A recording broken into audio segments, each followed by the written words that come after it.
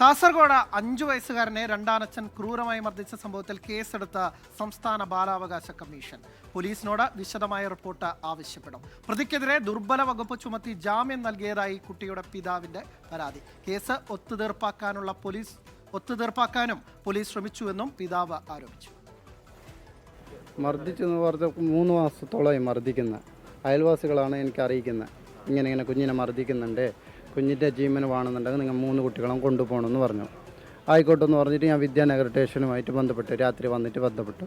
എന്നിട്ട് പറഞ്ഞ് സംഭവം ഇങ്ങനെ പറഞ്ഞ് ഓക്കെ എന്ന് പറഞ്ഞിട്ട് അവരെ അറസ്റ്റ് ചെയ്തു. അറസ്റ്റ് ചെയ്തിട്ട് ജാമ്യം കിട്ടാമെന്നുള്ള വകുപ്പേ ഇട്ടിട്ടുള്ളൂ. പക്ഷേ കുട്ടിയുടെ വായിൽ തുണി തള്ളിയിട്ടിട്ടാണ് അടിക്കുന്നത്. അതിൻ്റെ ദൃശ്യങ്ങളൊക്കെ ഉണ്ട്, വീഡിയോസും കാര്യങ്ങളുണ്ട്, അയൽവാസികൾ കൊടുത്തിട്ടുണ്ട്.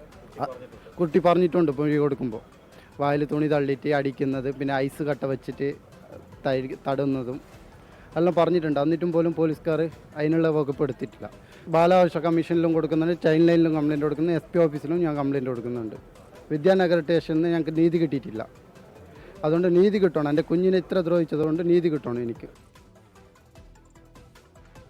പ്രദീപ് നാരായണനുണ്ട് കാസർഗോഡ് നിന്ന്. പ്രദീപ്, ഗുരുതരമായ ആരോപണമാണ് ഈ പിതാവ് ഉയർത്തുന്നത്. കുട്ടിയുടെ വായിൽ തുണി തിരുകിയിരിക്കുന്നു, ഐസ് കെട്ട വയ്ക്കുന്നു, അങ്ങനെ ഗുരുതരമായ ആരോപണം. ഒപ്പം തന്നെ പോലീസ് ഇക്കാര്യത്തിൽ വലിയ നിസ്സംഗത പുലർത്തി കേസ് എടുക്കാതിരിക്കാൻ അല്ലെങ്കിൽ ഒത്തുതീർപ്പാക്കാൻ ശ്രമിച്ചു എന്നുള്ള ആരോപണമാണ് ഇപ്പോൾ പിതാവ് ഉന്നയിക്കുന്നത്.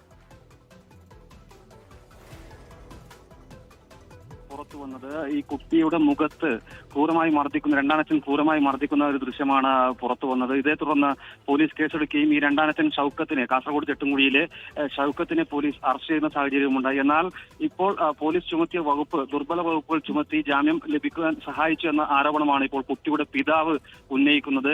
കുട്ടി ഇപ്പോഴും കാസർഗോഡ് ജനറൽ ആശുപത്രിയിൽ അഡ്മിറ്റ് ആയിരിക്കുകയാണ്.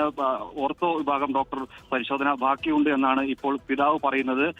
വളരെ ദാരുണമായ ഒരു സംഭവമാണ് കഴിഞ്ഞ ദിവസം ചെറുത്തുംകുഴിയിൽ നടന്നത്. കുട്ടി യാതൊരു പ്രകോപനവുമില്ലാതെ ഈ കുട്ടിയുടെ മുഖത്ത് അടിക്കുന്ന ഒരു സാഹചര്യം, ഐസ് കട്ട വെക്കുന്നു, വായിൽ തുണി തിരുകി മർദ്ദിക്കുന്നു. അയൽവാസികൾ ഉൾപ്പെടെ ഇത് കണ്ടു എന്ന് ഈ കുട്ടിയുടെ പിതാവ് തന്നെ പറയുന്നുണ്ട്. കുട്ടി ഇത് സംബന്ധിച്ച് പോലീസിന് മൊഴി നൽകിയതായും കുട്ടിയുടെ പിതാവ് പറയുന്നുണ്ട്. കൂടാതെ ഈ സംഭവത്തിൽ ഇപ്പോൾ ബാലാവകാശ കമ്മീഷൻ കേസെടുത്തു എന്നാണ് ഏറ്റവും ഒടുവിൽ നമുക്ക് ലഭിക്കുന്ന വിവരം.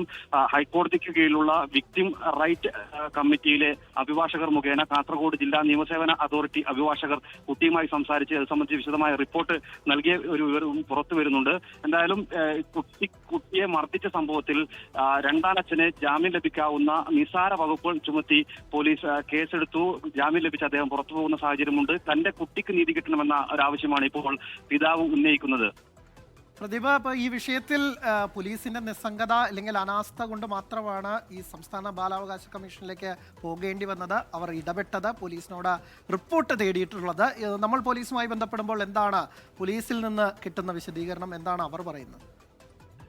തീർച്ചയായും നമ്മൾ പോലീസിനെ ബന്ധപ്പെടാൻ ശ്രമിച്ചെങ്കിൽ ഇതുമായി ബന്ധപ്പെട്ട ഒരു പ്രതികരണം തരാൻ പോലീസിലെ വിദ്യാനഗർ പോലീസിന്റെ ഭാഗത്ത് നിന്ന് ആരും തയ്യാറാകുന്നില്ല എന്ന സാഹചര്യമാണ് ഉള്ളത്. എന്തായാലും ജില്ലാ പോലീസ് മേധാവിക്ക് ഇപ്പോൾ കുട്ടിയുടെ പിതാവ് ഇന്ന് തന്നെ പരാതി നൽകുമെന്നറിയാം. എന്തായാലും ഈ വിഷയത്തിൽ ഒരു തുടരന്വേഷണം ഉണ്ടാകുകയും കൂടുതൽ വകുപ്പുകൾ ചുമത്തുമെന്ന ഒരു വിവരമാണ് നമുക്ക് DLSയിൽ നിന്നുൾപ്പെടെ നമുക്ക് ലഭിക്കുന്നത്. നിസ്സാരമായ വകുപ്പുകൾ ചേർക്കാവുന്ന കുറ്റകൃത്യമല്ല അദ്ദേഹം ചെയ്തതെന്ന് നിയമവൃത്തങ്ങളിലുള്ള ആളുകളും പറയുന്നുണ്ട്. JJ ആക്ട് പ്രകാരം നിലവിൽ കേസെടുത്തിട്ടുണ്ടെങ്കിൽ പോലും കൂടുതൽ വകുപ്പുകൾ ചേർക്കുന്ന കാര്യം പരിശോധിക്കുമെന്നാണ് നിയമവൃത്തങ്ങൾ ഉള്ള ആളുകൾ നമ്മോട് പ്രതികരിക്കുന്നത്. എന്തായാലും വിദ്യാനഗർ പോലീസുമായി ബന്ധപ്പെട്ട ആരും തന്നെ ഇതുമായി ബന്ധപ്പെട്ട് പ്രതികരിക്കാൻ തയ്യാറായിട്ടില്ല. പ്രദീപാണ് വിവരങ്ങൾ നൽകിയത്. ദൃക്സാക്ഷികളിൽ നിന്ന്, അച്ഛന്റെ പരാതിയിൽ നിന്ന് മനസ്സിലാവുന്നത് ക്രൂരമായ പീഡനമാണ് ഈ 5 വയസ്സുകാരൻ നേരിട്ടത് എന്നുള്ളതാണ്. എന്തായാലും പോലീസിന്റെ ഈ നിസ്സംഗത, അനാസ്ഥ അതുകൂടി അന്വേഷണ പരിധിയിൽ വരേണ്ടതാണ്. ഈ പ്രതിക്കും ഒപ്പം തന്നെ പോലീസിന് വീഴ്ച സംഭവിച്ചിട്ടുണ്ടെങ്കിൽ പോലീസിനെതിരെയും നടപടി ഉണ്ടാകുമെന്ന് നമ്മൾ പ്രതീക്ഷിക്കുന്നു.